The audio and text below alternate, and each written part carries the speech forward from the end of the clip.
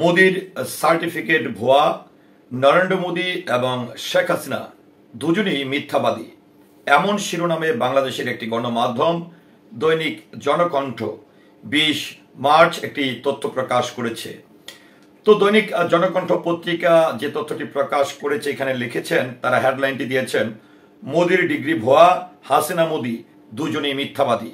তো এটি আসলে কেন বলেছেন বা এই সংবাদটির মাধ্যমে তারা আর কি কি তথ্য তুলে ধরেছেন, চলুন আমরা একটু জেনে নেই। ভারতের প্রধানমন্ত্রী নরেন্দ্র মোদি এবং বাংলাদেশের প্রধানমন্ত্রী শেখ হাসিনা তাদের ক্ষমতায় থাকার জন্য জনগণকে মিথ্যা তথ্য দিয়ে বিভ্রান্ত করার জন্য ব্যাপকভাবে সমালোচিত হচ্ছে। শেখ হাসিনা যেমন উন্নয়ন ও প্রতিশ্রুতি দিয়ে বাংলাদেশের জনগণকে ধোঁকা দিচ্ছেন, তেমনি মোদি ভারতের জনগণকে মিথ্যাচার দিয়ে বোকা বানাচ্ছেন। তবে একদিন সত্যর সামনে চলে আসি, যেমন শেখ হাসিনার ক্ষেত্রে বাংলাদেশের জনগণ তার চালাকি ধরতে পেরেছে, ঠিক তেমনি মোদির চুরিও ধরা পড়ছে। মোদির চুরি ধরার ঘটনা ঘটেছে ইলন মাস্ক এবং তার গ্রুপ 3 AI চ্যাটবোর্ডের মাধ্যমে। গ্রুপ 3 মোদিকে কেন্দ্র করে একাধিক গোপন তথ্য প্রকাশ করেছেন, যা ভারতের রাজনৈতিক মহলে চাঞ্চল্য সৃষ্টি করেছে।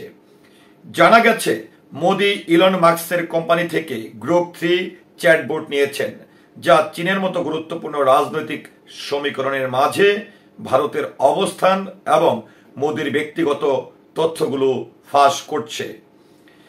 গ্রুপ 3 এর তথ্য অনুসারে মোদি ভারতের সবচেয়ে বড় সাম্প্রদায়িক নেতা হিসাবে পরিচিত।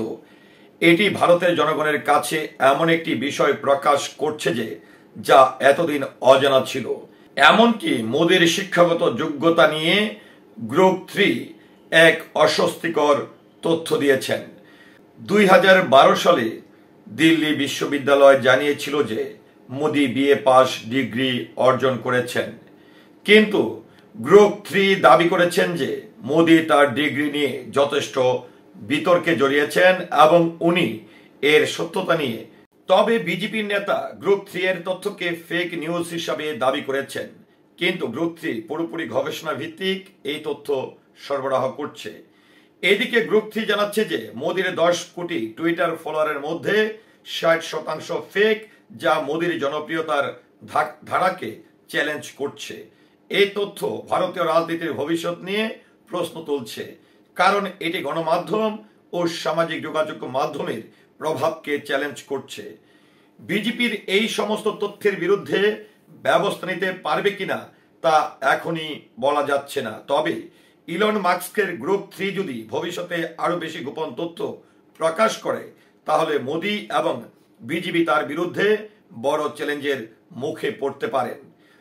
সময়ের সাথে সাথে এটি নিশ্চিত যে গ্রুপ 3 ভারতের রাজনৈতিক ভবিষ্যতের জন্য একটি গুরুত্বপূর্ণ ঘটনা হতে পারে, যা জনগণকে সঠিক তথ্য জানাতে সহায়তা করবেন এবং গণমাধ্যমের অপপ্রচারের বিরুদ্ধে দাঁড়াতেও সাহায্য করবেন।